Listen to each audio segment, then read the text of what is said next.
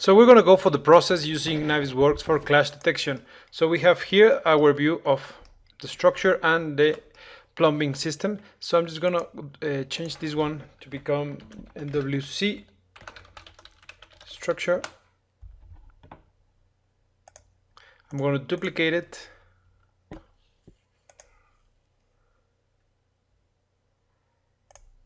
Then we're just going to rename it as plumbing. With that way I don't need to change my file. So in the first one I just need to get rid of the plumbing feature.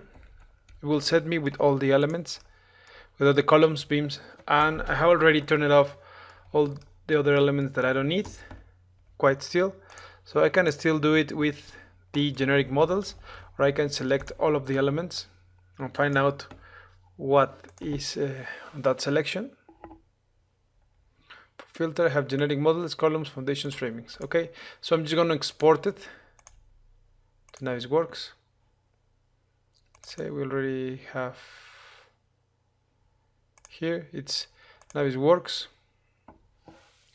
The Navisworks settings, we already saw this a little bit.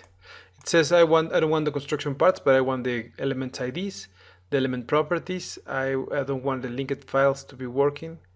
And the coordinates can be shared or can be project internal. It's the same because we're origin to origin. Then just to export the current view, and we set it up for being exported. So then things we need to realize is I just messed up with this one. So this is supposed to be the structure, replace it with another name, and the other one will be the plumbing. With that said, I'm just going to change the settings so I get the hydraulic being on within a linked view, which is sanitary and rainwater. And then I need to turn it off the elements I don't want, which are the framings, the foundations, the columns, and the generic models as well.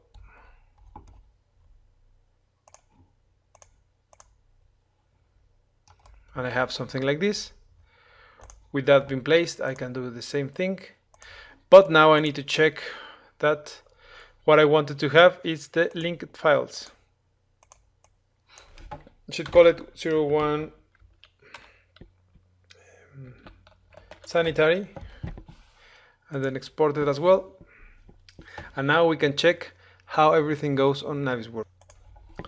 So then when we have that, we can check the interface, and I'm just going to open it with my reference model. In this case, the structural one will be my pivot model. It's the one that I will use to set all the config. This project, I have it like that. I have all the elements that are created. And then with the append tool, whether it's up over here, I can get sanitary and rain systems as well being on the same spot. Remember, it's important that you have everything on fine and coarse, on fine and shaded, so it will appear with complete elements. So far we have these elements being drawn on the same position, and they have their own perspective. So the general tools for Navisworks goes like this. We have here a panel that it's from home, that it's select and search. This will help me to select elements. So if I want to check an element, I just click it, and it will change. If I click on this part and get the selection box, I can change my selection to the elements that are complete under my selection. Then I have a select all, select none, invert selection. So for example, I get it here, you get invert selection, and we can change. Then we have find items, but you will use that when you're trying to get something but through the parameters. Since we already set to have element properties from each single file, we can see that. Then we have the sets that we use it mostly for simulation purposes. So the only thing that will do a set is it will allow us to get a particular set of elements. Let's say zone 1. And we have the selection tree, which is the main set where we have all the different files on the standard view. If we go through compact, it will only show us the elements through the level they are created. If we go through properties, we can select the elements by any type of property. So we can have, for example, the property angle. Select different types of elements. If we have, for example, base offset, it will select elements which base offsets has a parameter, and I can select almost from different types of offsets. For example, those ones which are with an offset of 0. So the last set will be the sets we have created, so I can select still my zone 1, and that will help me to find elements. Then we have the visibility tab. That can help us to hide or unhide. A quick tip is that you can do it with a Control H to hide elements you don't need in the moment.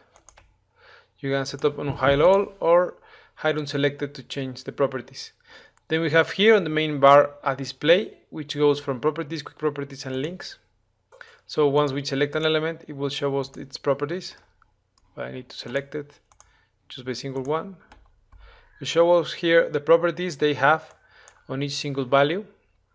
The quick properties is a value that you configure when you place over an element. It will go telling you different types of files. We will see how you configure that. And then we get to the main tools, which are the one that we're going to be working with, the Clash Detective.